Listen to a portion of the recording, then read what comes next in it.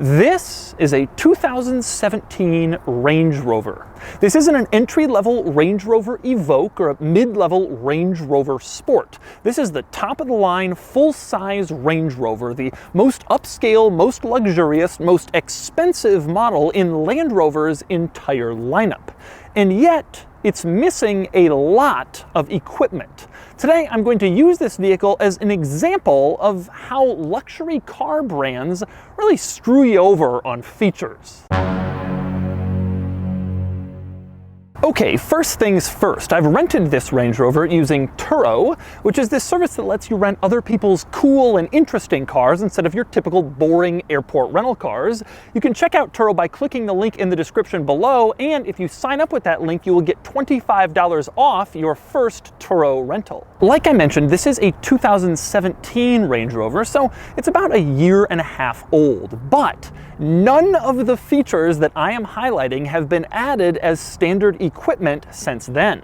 It's also worth noting that if you were to equip a brand new Range Rover to the same level of features as this model, the sticker price would be around $95,000. Now, you'd think that if you're spending $95,000 for a car, you would get everything.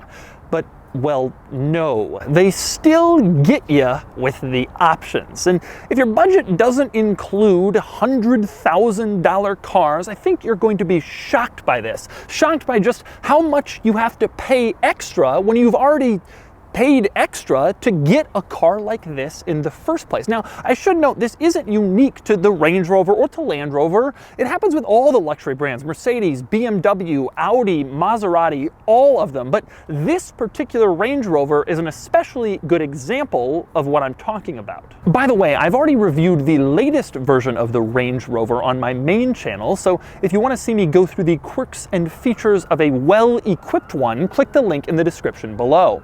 For now, let's go through the deficiencies of this one. Now, I'm going to start this discussion of features that this Range Rover doesn't have by talking about two features that it does have. Now, I want to start with Park Assist. That's the little beepers that come on to let you know if you're nearing a bush or another object or a car.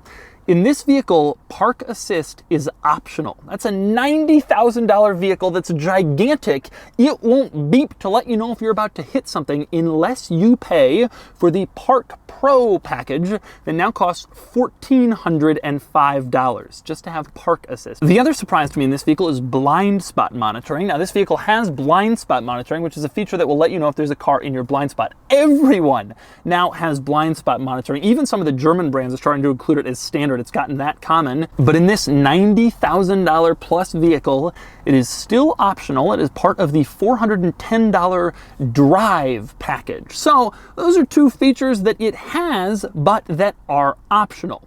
Now I want to move on to some of the features that it doesn't have. I'm going to start with the heads-up display. Now, a heads-up display is a feature that will project vital vehicle information onto the windshield in front of you. It comes out of the dashboard and it projects information up so it's right in front of you, so you don't have to go looking around the car for important information. Now, to my knowledge, General Motors was one of the first to roll this out in like the late 1980s, early to mid 1990s. I think they had it on Cadillacs and Corvettes in the late 90s.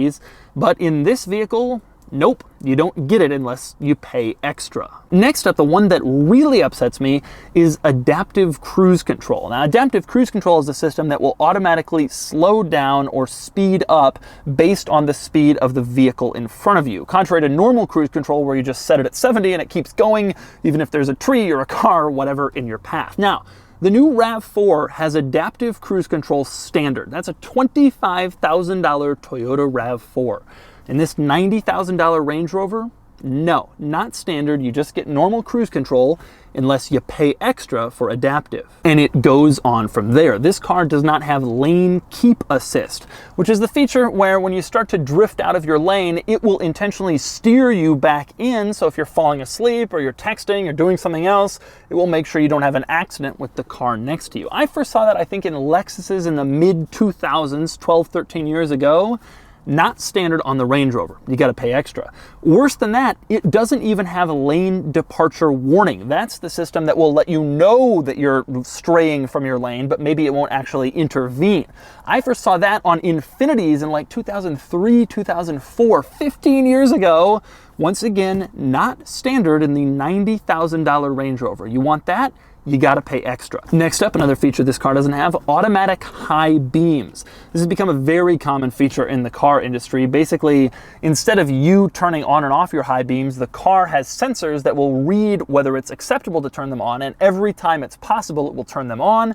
And if a car is coming towards you, it will automatically dim them so it doesn't blind anybody. Obviously, it's a useful feature and everybody has this. Toyota, Honda, you see it in Mazdas, Subarus.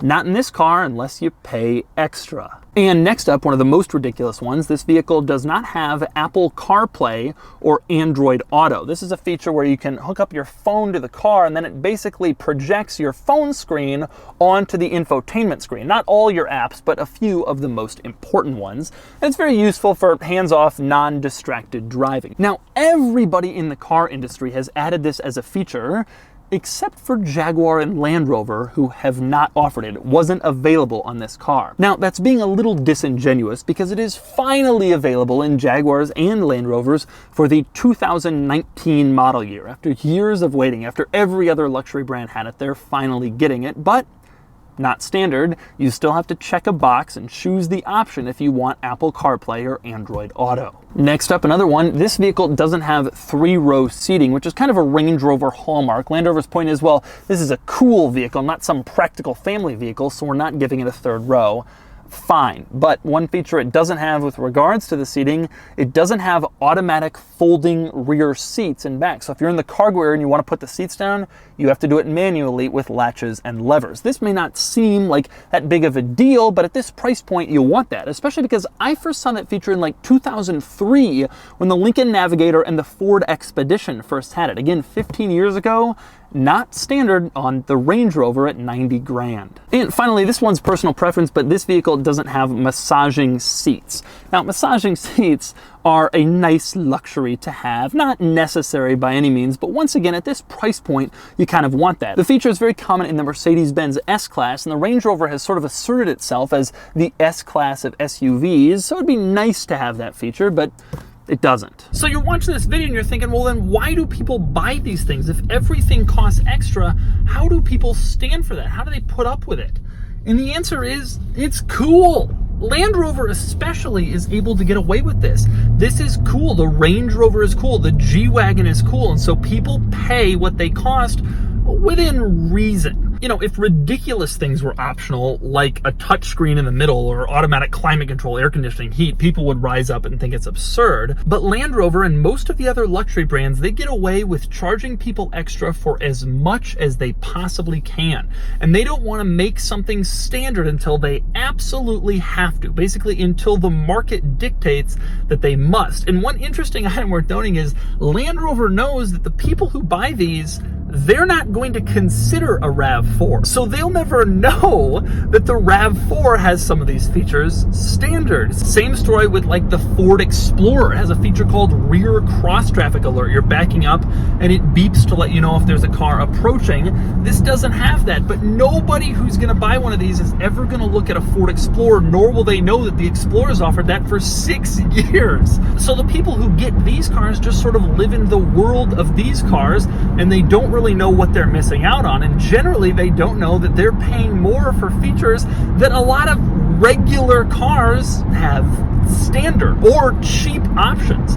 A well-equipped RAV4 has basically everything I just complained about, and it's still under $40,000. A lot of them are options, but still half price compared to this. Now, you might think I'm being a little particular here, what with my massaging seats and my automatic high beams and my lane departure warning system, but here's the thing. This is a luxury vehicle, and at this price point, virtually all luxury vehicles have these features, and frankly, so do a lot of mainstream non-luxury vehicles that are a lot cheaper. More importantly, if you don't spend more to get the features that I'm talking about, you're going going to get hammered when it comes time to trade this car in. Because as important as these features are now, in 3 or 4 years when you go to trade it in and upgrade to the next model, they'll be essential. And so basically you have to pay extra to get these additional features and options in order to preserve your resale value. But in this vehicle, in order to get all of the features I've mentioned, you'd have to spend around $102,000, which means you'd be spending about $12,000 in options after you've already paid $90,000 for the base Range Rover. This proves it doesn't matter which high-end luxury brand you get, you still have to pay more to get the stuff you actually want. And so if you've never owned a 6-figure, really expensive high-end luxury car, this might be surprising, but here's how they still get you on all the features and options that you actually want to have.